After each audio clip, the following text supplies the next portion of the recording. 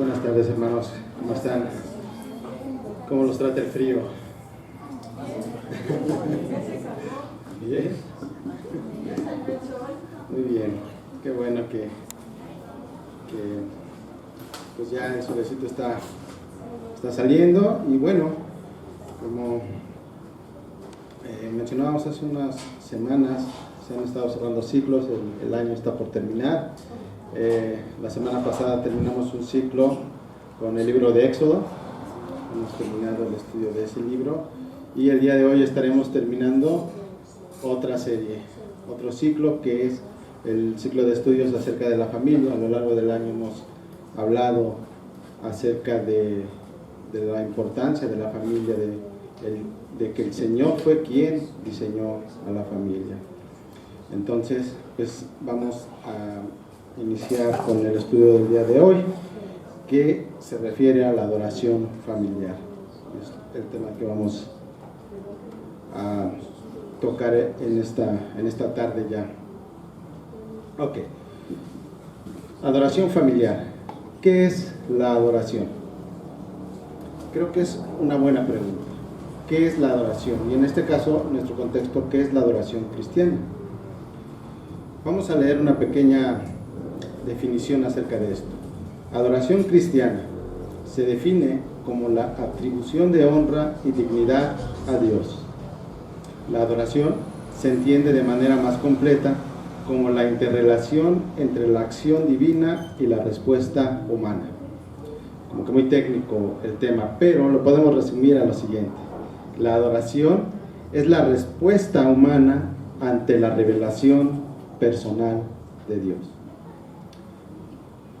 La respuesta que nosotros damos cuando el Señor se nos revela es adoración.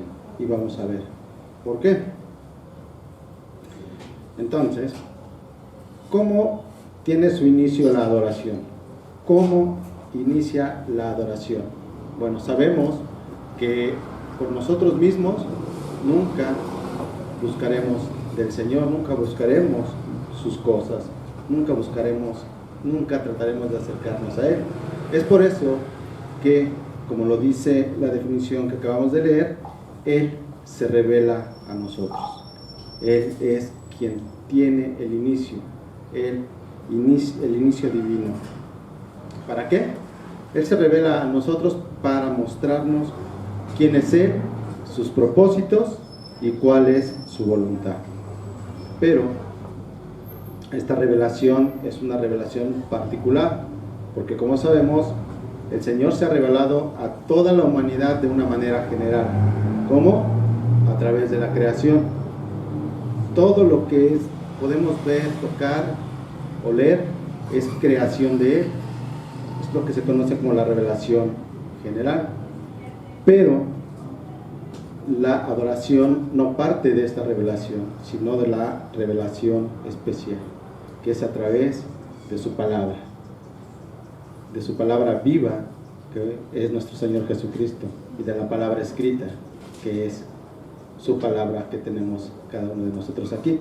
Es ahí donde Él se revela a nosotros. Entonces, cuando nosotros, el Señor tiene esa misericordia y se revela a nuestras vidas a través de su palabra, ¿qué sucede?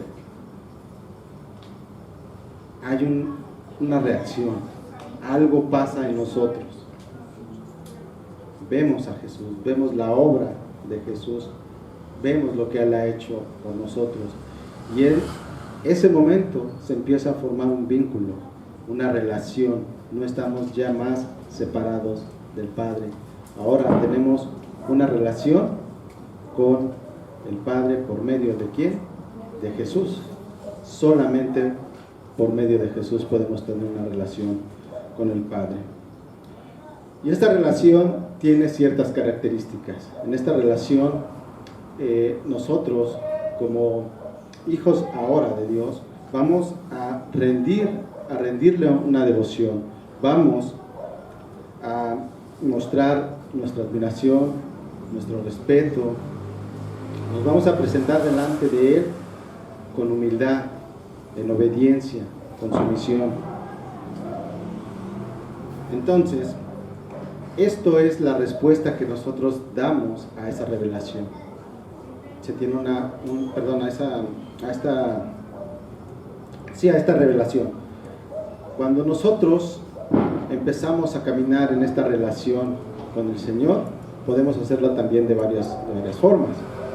La primera es en un contexto amplio, que puede ser nuestra manera de vivir en todo lo que nosotros hacemos, como lo dice el apóstol Pablo en Romanos 12:1, que nos dice: por lo tanto, hermanos, les ruego por las misericordias de Dios que presenten sus cuerpos como un sacrificio vivo y santo, aceptable a Dios, que es el culto racional para ustedes. También el mismo apóstol Pablo nos dice algo muy parecido en la carta que escribió a los Colosenses. En el capítulo 3, versículo 17 nos dice: y todo lo que hagan de palabra o de hecho, háganlo todo en el nombre del Señor Jesús, dando gracias por medio de Él a Dios el Padre. Es decir, hay un contexto amplio en el que todo lo que hagamos, todo lo que pensamos en cualquier momento, eso debemos darlo como muestra de nuestro amor, de nuestro respeto, de esa reverencia al Señor con todos nuestros actos. Pero además de esa adoración, esa reverencia personal que cada uno podemos hacer a lo largo del día en nuestra vida, también la adoración la podemos ver el día de hoy como iglesia. Estamos aquí reunidos también como cuerpo, adorando y exaltando el nombre del Señor. Pero también hay otra manera de adorar al Señor, y eso es a través de una adoración familiar. Y eso es precisamente lo que vamos a ver con un poco más de detalle de aquí en adelante. Y esta adoración familiar es algo muy importante, como veremos, para nosotros los creyentes. Entonces, en este momento podríamos preguntarnos: ¿hay algún lugar en la Biblia que nos hable de hacer una adoración familiar? Les pido, hermanos, si me pueden acompañar por favor al libro de Josué, en el capítulo 24, prácticamente al final. Josué 24, versículos 14 al 15. Dice así la palabra del Señor. 24, versículos 14 al 15. Y si no les parece bien servir al Señor, escojan hoy a quién han de servir. Si a los dioses que sirvieron sus padres, que estaban al otro lado del río, o a los dioses de los amorreos en cuya tierra habitan. Pero yo y mi casa serviremos al Señor. Bien, podemos ver tres cosas en estos versículos. La primera es que la palabra servir que se ocupa aquí también se puede traducir como adorar. Por lo tanto, si vamos al final del versículo 15, nos diría lo siguiente: pero yo y mi casa adoraremos al Señor. Otra cosa que podemos ver en estos versículos es que Josué no hace de la adoración o la obediencia a Dios algo opcional. En el primer versículo vemos que dice: teman al Señor y sírvanle con integridad y con fidelidad. No está dando opción. Pero Josué no nada más les dice al pueblo de Israel que ellos lo hagan. Él dice, como ya leímos hace un momento: pero yo y mi casa serviremos al Señor. Está haciendo ese llamado, poniéndose él como ejemplo de ese servicio y de esa adoración. Entonces, como podemos ver en estos versículos, también nosotros estamos llamados ¿a qué? A adorar al Señor, a servir al Señor. Pero, ¿cómo hacemos eso? ¿Cómo hacemos esta adoración familiar? ¿En qué consiste? ¿Quién es el responsable de la adoración familiar? Bueno, vamos a empezar respondiendo esta última pregunta. ¿Quién es el responsable?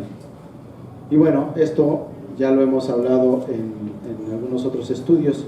Y les pregunto, hermanos, ¿quién será el encargado de llevar a cabo, o el responsable de que se lleve a cabo la adoración familiar en nuestras casas?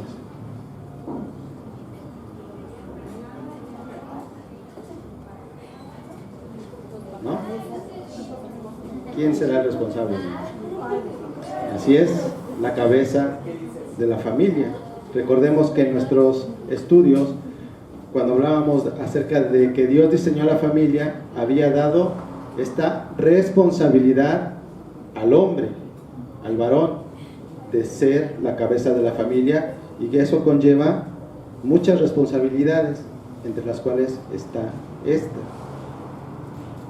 Entonces, hermanos, cada esposo y cada padre temeroso de Dios debe decir, como dijo Josué: pero yo y mi casa serviremos al Señor.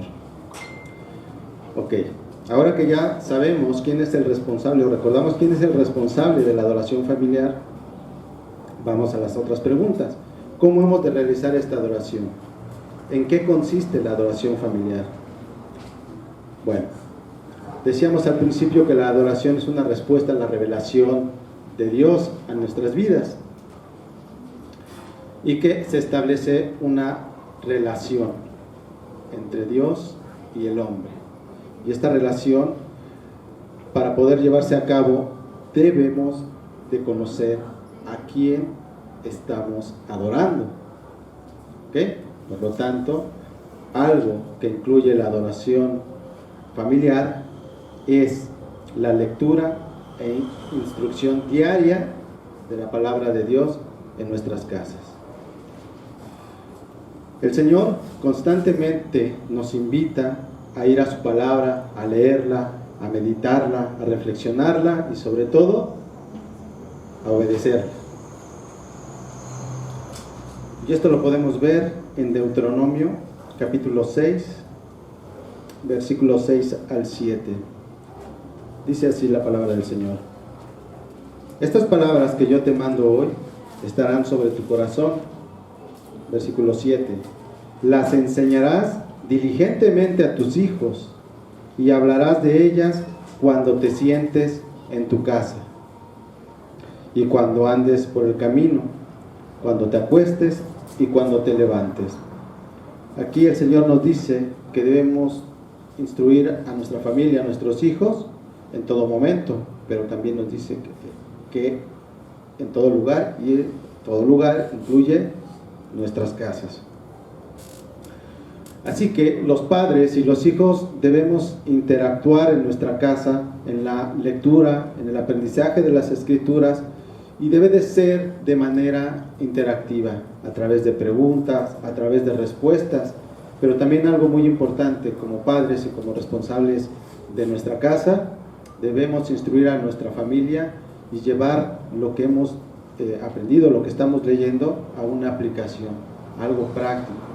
¿Para qué? Porque precisamente el Señor nos ha dejado su palabra para que sea obedecida y para que sea aplicada. ¿Ok? Entonces, cuando nosotros leemos en familia las Escrituras, somos instruidos en el conocimiento de Dios. Es por este medio que podemos conocer su voluntad, obedecerlo, y esto es una de las maneras, de los componentes de la adoración al Señor. Entonces, debemos tener ese tiempo con nuestras familias en casa. Otra cosa que forma parte de la adoración es la oración. La oración en familia. Al inicio hablábamos de la revelación de Dios hacia el ser humano y de la relación que se establece por medio de nuestro Señor Jesucristo. Pero esa relación, como cualquier otra relación, debe ir afianzándose, debe ser más estrecha, debe ser más íntima esa relación, y eso lo logramos por medio de la oración.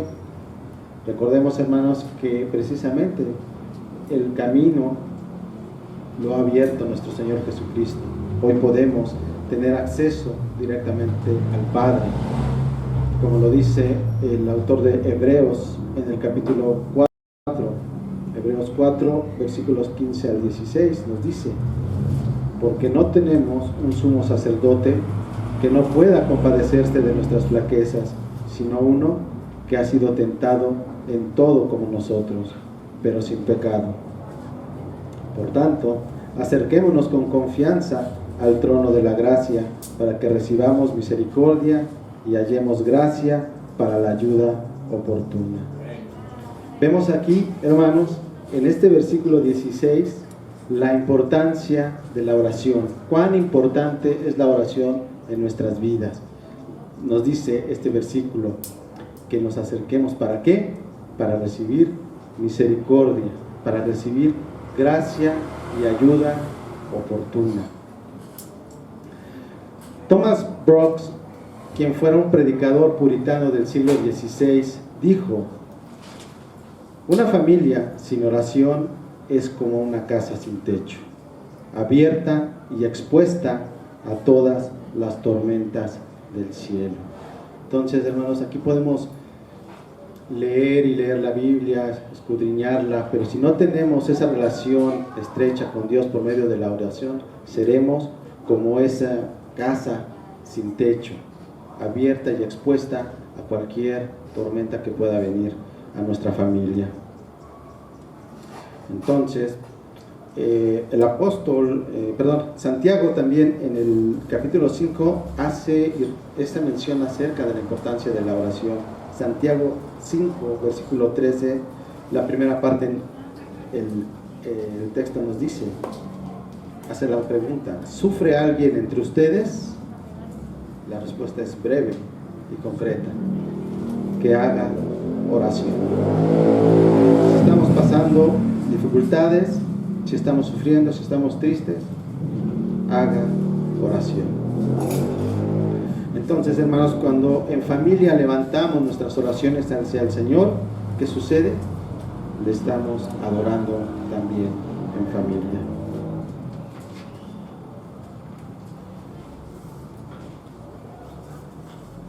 También otra forma o otro componente de la adoración es el cantar alabanzas a Dios.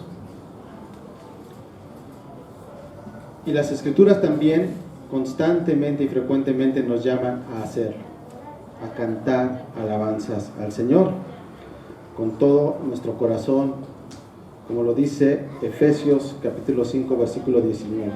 Efesios 5, 19 nos dice: hablen entre ustedes con salmos, con himnos y cantos espirituales, cantando y alabando con su corazón al Señor. Santiago, en el versículo 13 que acabamos de leer del capítulo 5, la segunda parte nos dice, la primera parte nos dijo: si sufre alguien entre ustedes, que haga oración. Haz una segunda pregunta: ¿está alguien alegre? Que cante alabanzas. El versículo 15 del Salmo 118 también nos menciona que es acerca de la alabanza. Dice el Salmo 118, versículo 15: voz de júbilo y de salvación hay en las tiendas de los justos, la diestra del Señor hace proezas. Y esto es más que cierto, hermanos. El Señor ha hecho grandes proezas. Eso lo podemos ver a lo largo de toda la Escritura. Pero de todas estas proezas sobresale una: aquella que hizo nuestro Señor Jesucristo hace 2000 años en la cruz del Calvario, y después dejó la tumba vacía al resucitar. Y hoy, hermanos, gracias a eso tenemos esa salvación. ¿Cómo no hemos de alabar al Señor con todo nuestro corazón y en todo momento? Entonces, hermanos, esto que estamos viendo en la adoración al Señor es esa respuesta a la revelación que nos ha dado el Señor, a esa misericordia, cuando nos ha quitado ese velo de los ojos y nos ha permitido acercarnos a Él a través de la sangre de nuestro Señor Jesucristo. Filipenses 1, versículo 11 nos dice: y llenos del fruto de justicia, que es por medio de Jesucristo, para la gloria y alabanza de Dios. Entonces, hermanos, cuando adoramos al Señor en familia, estamos reconociendo quién es Él, estamos reconociendo su grandeza, su poder, su santidad, su justicia, su omnipotencia, su sabiduría, de dónde nos ha sacado. Estamos reconociendo también y al mismo tiempo que nosotros dependemos total y absolutamente de Él. ¿Y cuál es el resultado de esto en nosotros? Que nosotros debemos ser verdaderos adoradores, como nos lo dice el apóstol Juan en su evangelio. Juan capítulo 4, versículos 22 al 24 nos dice: ustedes adoran lo que no conocen. Aquí está hablando a la mujer samaritana, ahí cerca del pozo. Le dice a la mujer samaritana: ustedes adoran lo que no conocen, nosotros adoramos lo que conocemos, porque la salvación viene de los judíos. Pero la hora viene, y ahora es, cuando los verdaderos adoradores adorarán al Padre en espíritu y en verdad, porque ciertamente a los tales el Padre busca que lo adoren. Dios es espíritu, y los que lo adoran deben adorar en espíritu y en verdad. Entonces, hermanos, como decíamos hace unos momentos, en todo momento debemos adorar a Dios en espíritu y en verdad, tanto en lo privado como en lo público, individualmente como iglesia, pero también como familia. Pero nos podríamos preguntar, ¿no es suficiente adorar al Señor los domingos? Yo preguntaría, ¿solo nos salvó los domingos? No. Entonces, ¿por qué es importante la adoración familiar? Bueno, varias veces hemos hablado aquí durante el servicio que cuando venimos a adorar al Señor aquí como iglesia, es el punto culminante, debe de ser el punto culminante de nuestra vida espiritual, lo que hemos venido, esa relación que hemos venido cultivando con el Señor, cuando hemos en la semana visto su mano, que Él nos sostiene. Todo eso debemos de venir a compartirlo todos juntos como iglesia y externarlo, compartirlo, dando gracias, cantando alabanzas, escuchando su palabra y aprendiendo más de Él. Pero además de lo anterior, la adoración familiar nos permite madurar espiritualmente, nos permite ir en ese camino del que hablábamos hace un par de semanas, ¿recuerdan? De la madurez espiritual. Decíamos que en aquella semana que la iglesia debe ayudar a madurar a los creyentes para que sean verdaderos discípulos de Cristo. Pero también decíamos que el creyente tiene su responsabilidad en ese crecimiento y en esa madurez espiritual. Y ahora vemos que como cabezas de familia tenemos y somos responsables del crecimiento espiritual de nuestras familias. Entonces, hermanos, esta es una responsabilidad que el Señor nos ha dado junto con otras tantas como cabezas de familia. Y de eso se nos pedirá cuentas cuando estemos en la presencia del Señor. Bien, ahora que hemos visto la importancia de la adoración familiar y el camino por el que nos conduce y a dónde nos lleva, quisiera empezar a a hablar acerca de la intención que se tuvo al tener esta serie de estudios acerca de la familia, de la importancia que tiene la familia para el Señor, puesto que Él la diseñó.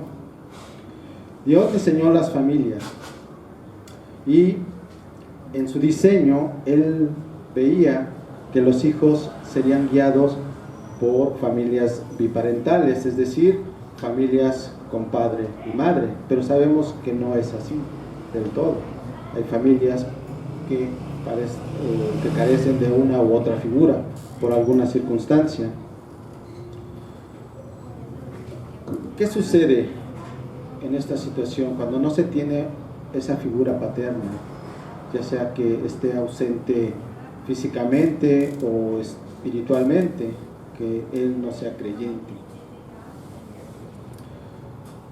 Esta es una situación en la que muchas veces las madres llevan una carga muy pesada.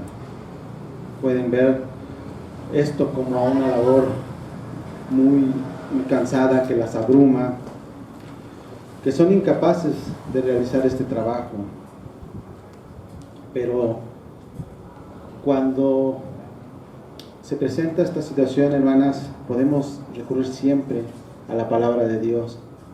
Podemos ir, y como lo dice el autor de Hebreos en el capítulo 12, versículo 1, después de haber hablado acerca de todas las personas del Antiguo Testamento que pusieron su fe en Cristo, Él nos dice: por tanto, puesto que tenemos en derredor nuestro tan gran nube de testigos, refiriéndose a las personas del Antiguo Testamento, nos dice: despojémonos también de todo peso y del pecado que tan fácilmente nos envuelve, y corramos con paciencia la carrera que tenemos por delante, puestos los ojos en Jesús, el autor y consumador de la fe, quien por el gozo puesto delante de él soportó la cruz, despreciando la vergüenza, y se ha sentado a la diestra del trono de Dios.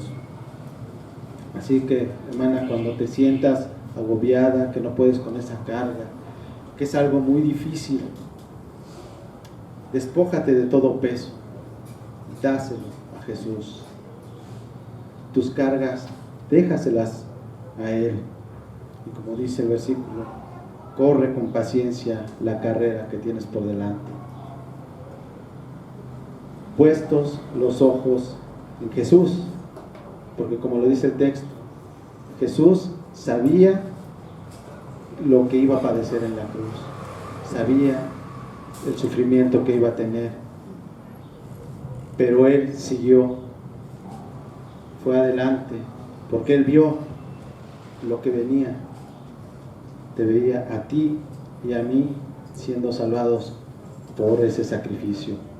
Entonces, no perdamos, hermanas, de vista que tenemos a nuestro Señor Jesucristo. Y también la Escritura nos da un ejemplo acerca de esta situación que pudiera presentarse. En 2 de Timoteo 1:5 nos habla acerca precisamente de que Timoteo fue instruido en las Escrituras ¿por quién? Por su abuela y por su madre. Lo que las Escrituras nos dejan ver es que Timoteo no tuvo esa figura paterna que le guiara en las Escrituras.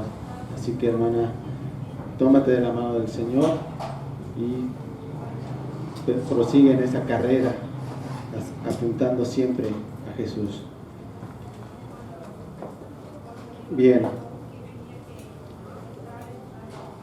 Entonces, pero ya sea que en el hogar exista la figura paterna o no, tanto el padre como la madre no pueden ser capaces por sí mismos de llevar esta tarea. Debemos siempre pedir la guía del Señor para poder guiar nuestra casa, para poder guiar a nuestros hijos, a nuestra esposa, o ser esa ayuda idónea para los esposos. Entonces, como decíamos hace unos momentos, todo esto nos va a llevar a una madurez espiritual como personas, como familia, como iglesia. Y esto se va a reflejar directamente, primero, en nuestra casa, en las relaciones con nuestra familia, con los hijos, con la esposa, con el esposo. También se verá reflejado en la iglesia. Y también, hermanos, debe de reflejarse en la sociedad, porque recordemos que cada uno de nosotros formamos parte de una sociedad y debemos de ser esa luz a la que muchas veces nos llama el Señor a ser. La madurez espiritual, como decíamos hace un par de semanas, la vamos a ver cuando aprendemos a discernir a partir de la palabra de Dios lo que es bueno y lo que es malo. Si bien es cierto que tomamos decisiones muchas veces de manera individual, ahora, por medio de esa madurez espiritual en familia, también hay ocasiones en las que como familia necesitamos tomar decisiones, y esas decisiones las debemos de tomar a partir de lo que nos dice la Escritura. Entonces, otra cosa que decíamos también hace un par de semanas, cuando vamos madurando espiritualmente, es que esa madurez nos prepara para afrontar lo que viene, lo que hay en el mundo. Y esto es precisamente el fin de estos estudios. ¿Por qué? Porque como sabemos, la vida cristiana no es algo color de rosa siempre. En este mundo vamos contra corriente. El mundo lleva su camino y nosotros prácticamente vamos cuesta arriba en este mundo. Hoy en día el mundo y sus ideologías están decididas a acabar con la iglesia y con las familias. ¿Por qué? Porque hoy en día, hermanos, es lo único que puede detener el avance de esas ideologías. Es lo único que les estorba. ¿Y cómo es esto? ¿Cómo es que se está llevando a cabo este ataque a la iglesia, a la familia? Bueno, pues el instrumento que el mundo está utilizando no es nada novedoso. Es el de siempre. La mentira. Pero ahora el enemigo está utilizando la mentira de otra manera. El enemigo está usando la estrategia de divide y vencerás. Es una estrategia que utilizan los militares, los políticos, y esto lleva mucho tiempo ya puesto en marcha, y hoy ya lo estamos viendo, ya estamos viendo el resultado de esto. El enemigo ha estado llevando esta mentira, introduciendo muy sutilmente esto, poco a poco, pero de una manera constante, en todo lugar y en todo momento. No hay lugar en el que no esté metida alguna ideología actualmente. Por ejemplo, vamos a poner algo, como muestra un botón, dicen por ahí, el lenguaje. Hace tiempo yo recuerdo que a los que son, a lo mejor algunos que son muy jóvenes no recuerdan, pero por ahí del año 2000, un presidente, Vicente Fox, empezaba a referirse a mexicanos y mexicanas. Lo vemos, se empezó a manejar que esto fuera de una manera cordial, amable, para incluir. Pero si vamos un poco más allá, esto no es correcto. Mexicano incluye tanto a hombres como mujeres mexicanas, ¿no? Hace un rato mi hermano Juan pidió a los niños que se fueran a la escuela, a sus clases. los niños pasen a su salón. Niños y niñas se levantaron y fueron hacia allá. El lenguaje está diseñado para eso. Hay unas cosas que se llaman genéricos masculinos y se ocupan así. Entonces, el enemigo nos ha venido a disfrazar muchas cosas. ¿Con qué objetivo? Decíamos, divide y vencerás. Ahora, ellos y ellas, es muy sutil todo esto. ¿Y a dónde nos ha llevado esto? Ahora, lo radical lo vemos en el feminismo de hoy. Los hombres y las mujeres están en una lucha, porque le han vendido el mundo a las mujeres, que ellas son más, merecen más, que son iguales, pero en verdad nosotros sabemos que al menos en Occidente y en México, ante la ley, que bueno, tiene todos los defectos del mundo nuestro sistema judicial, pero empíricamente todos somos iguales ante la ley. Nadie tiene más derechos que un hombre o una mujer. Y nosotros sabemos que delante de Dios somos iguales también, somos de igual valor. Y Él ha diseñado a el hombre y a la mujer con un cierto rol. Bueno, regresando a las ideologías. Decíamos que estas están destruyendo a la familia, las están separando. ¿Y cuál es el resultado? Cuando las familias empiezan a separarse, la sociedad también tiene repercusiones. Las ideologías separan a las familias de Dios. Entonces la sociedad también se va apartando de Dios día a día.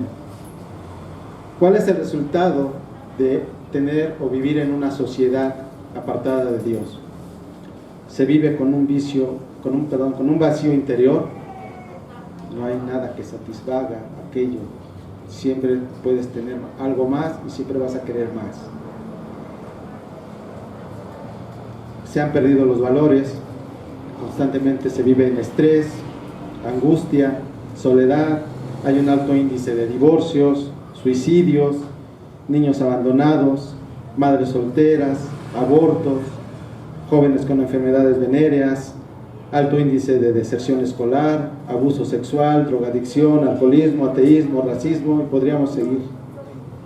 En esto estamos el día de hoy. Decíamos hace unos momentos algo acerca del lenguaje, algo muy sutil, algo que podríamos decir, bueno, no pasa nada, decimos, ahora le agregamos una E y ya se arregló todo, ¿no? No, hermanos. Vamos a ver algo muy interesante aquí. El lenguaje. Hoy en día ya no se le llama aborto. Hoy se llama interrupción legal del embarazo. El lenguaje se manipula para que aquellas mujeres no sientan esas palabras de aborto. Ahora le ponemos interrupción y aparte es legal, no pasa nada. Hoy ya no es un ser humano, ya no es un bebé, es un producto. Vemos cómo el lenguaje se está utilizando de una manera sutil y eso está permeando en la sociedad, en los jóvenes. Dani, si puedes poner por ahí, por favor. Tenemos aquí unos datos que les quiero compartir. La siguiente, Dani, por favor. No sé si se alcanza a ver, pero ahí tenemos un cuadro en el que estos datos son tomados de la página oficial de la Ciudad de México. Del año 2007 a agosto de 2022 tenemos un total de 252.760 abortos. La siguiente, Dani, por favor. No sé si se alcanza a ver ahí. Pero lo que tenemos en el círculo, en la primera columna es el rango de edades, y la segunda columna es el número de abortos, y la tercera es el porcentaje. Se los voy a leer porque creo que no se alcanza a ver. De 18 a 24 años tenemos el 45.6% del total de los abortos. Jóvenes de entre 18 y 24 años. Después, de entre 25 a 29 años, tenemos el 23.8%. Esto nos da casi el 70% de los abortos que se han realizado a partir del 2007 y hasta agosto de este año. La siguiente, Dani, por favor. Y esto es una gráfica en la que, en esta parte de acá,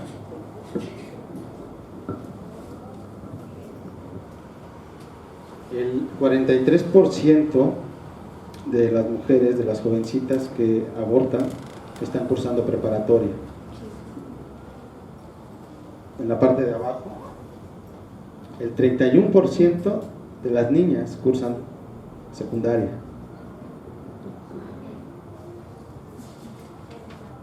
Entonces, como hemos mencionado también en varios servicios, los jóvenes los están bombardeando con información, los están engañando, les están mintiendo. Y lo peor es que los jóvenes están creyendo esas mentiras. Hablábamos también de que las consecuencias de la sociedad de vivir apartado de Dios es un alto índice de divorcios, y también lo tenemos por aquí, Dani, por favor. Tenemos el año 2021, la gráfica de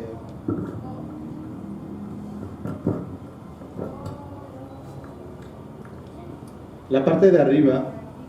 Podemos ver, bueno, ambas gráficas van incrementando. La gráfica de arriba nos muestra que al año 2021 tenemos 149.675 divorcios. La siguiente, Dani, por favor. Entonces, esto que vemos aquí es una relación de divorcios-matrimonio. Esta gráfica, lo mismo, va subiendo. Aquí lo que nos dice esta gráfica es que por cada 100 matrimonios hay 33 divorcios.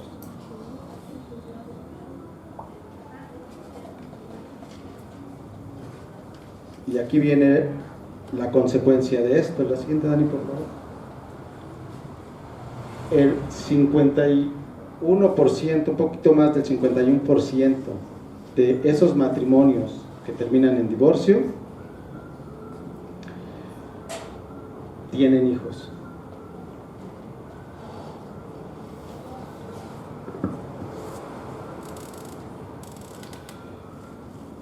...51.2% de estas familias que se disolvieron tenían hijos. Estamos hablando alrededor de 76.633 familias que se desintegraron, en las cuales había hijos y son hijos menores de edad.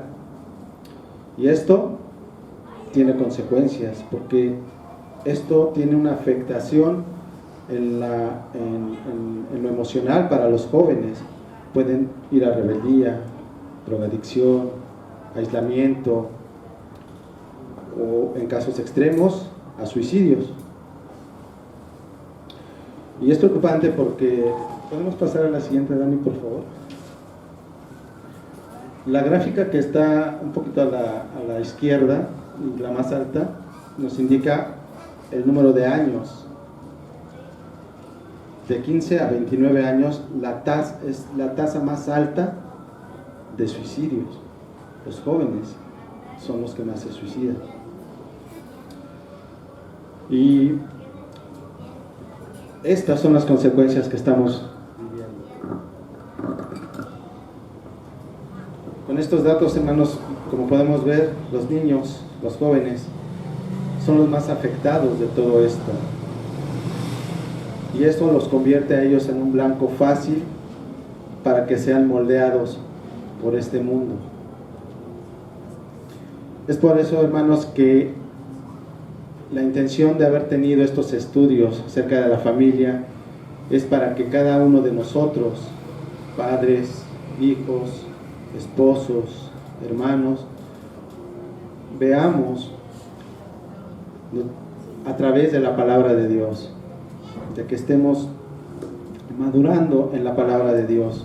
Debemos involucrarnos como padres en la vida de nuestros hijos, estar pendientes de ellos, tanto en lo espiritual como en todas las otras áreas de su vida. ¿Qué están viendo en la escuela? ¿Qué les están enseñando en la escuela? ¿Qué hay en sus libros de texto? ¿Qué están viendo en la televisión? ¿Qué series están viendo? ¿Qué música están escuchando? ¿Qué mensaje están recibiendo? ¿Qué amistades tienen? ¿Con quiénes están conviviendo? ¿Qué ideas tienen esas personas? Y chicos, esto no es con el afán de que seamos policías, que los estemos cuidando. Los datos que acabamos de ver son preocupantes.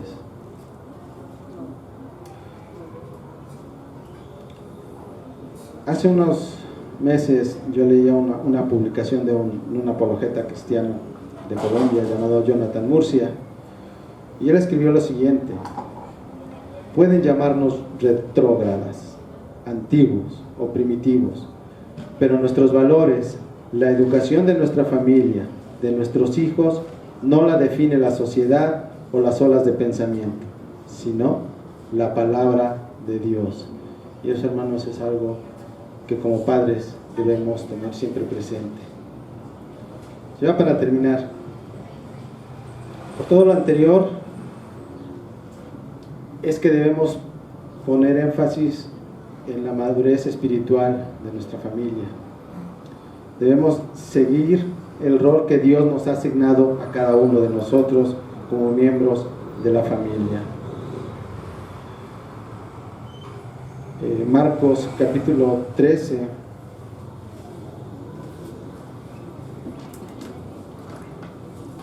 Marcos 13, versículos 33 al 37 nos dice: estén alerta, velen, porque no saben cuándo es el tiempo señalado. Es como un hombre que se fue de viaje y al salir de su casa dejó a sus siervos encargados, asignándole a cada uno su tarea, y ordenó al portero que estuviera alerta. Por tanto, velen, porque no saben cuándo viene el Señor de la casa, si al atardecer o a la medianoche, o al canto del gallo, o al amanecer, no sea que venga de repente y los halle dormidos. Y lo que a ustedes digo, a todos digo, velen.